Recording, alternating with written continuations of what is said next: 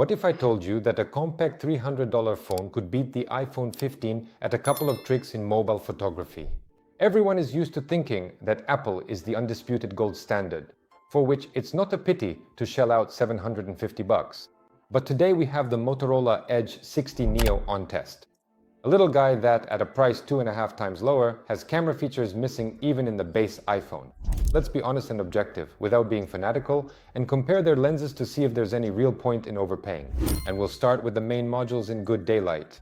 The Motorola is equipped with a 50-megapixel Sony LIT-A 700C sensor with optical stabilization, while the iPhone 15 has a 40-megapixel module with sensor shift stabilization. In terms of detail and sharpness in the center of the frame, the smartphones are neck and neck. The iPhone's image is, as usual, slightly warmer, with a soft and accurate dynamic range thanks to smart HDR algorithms. But the Motorola has a really cool advantage for those who don't like long processing times. Right in the camera app, you can switch between two color profiles on the fly. For example, the natural mode produces the most natural, honest tones, while the signature mode makes colors deep, vibrant, and high contrast. You get the perfect shot for social media right out of the box. But when it comes to zoom, the main intrigue of this video awaits us. The base iPhone 15 simply doesn't have a physical telephoto lens. Any zoom beyond 2 times is just a standard digital crop from the main sensor, which is why at 3 times and 5 times the image starts to noticeably lose sharpness and gets blurry around the edges. The Motorola Edge 60 Neo at $300 comes with a full-fledged 10-megapixel telephoto lens with true 3 times optical zoom and its own optical stabilization. At 3 times and 5 times zoom, the Motorola literally blows the iPhone away.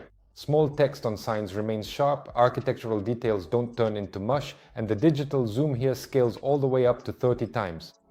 But let's move on and talk about portrait photography. And here, the difference in approach is felt even more strongly. The iPhone 15 blurs the background perfectly and separates the subject from the background beautifully, but in terms of choosing an angle, you are strictly limited to either the standard wide angle or a 2x crop. Motorola pleasantly surprises in this regard and offers a full selection of focal lengths, 24, 35, and 85 millimeters. For those who understand photography, the 50 and 85 millimeter modes are a real gift. They allow you to shoot close-up portraits with correct geometric volume, without distorting facial proportions, and without the so-called fisheye effect inherent in wide-angle lenses.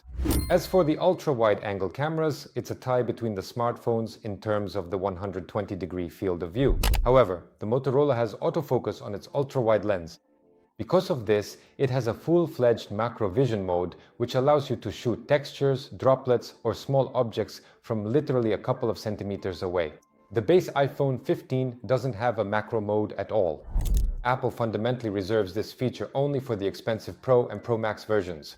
In night shooting, both devices perform excellently. On the main sensors, the iPhone 15 handles complex lighting slightly better. Streetlights and bright signs have less glare, and shadow areas are rendered consistently.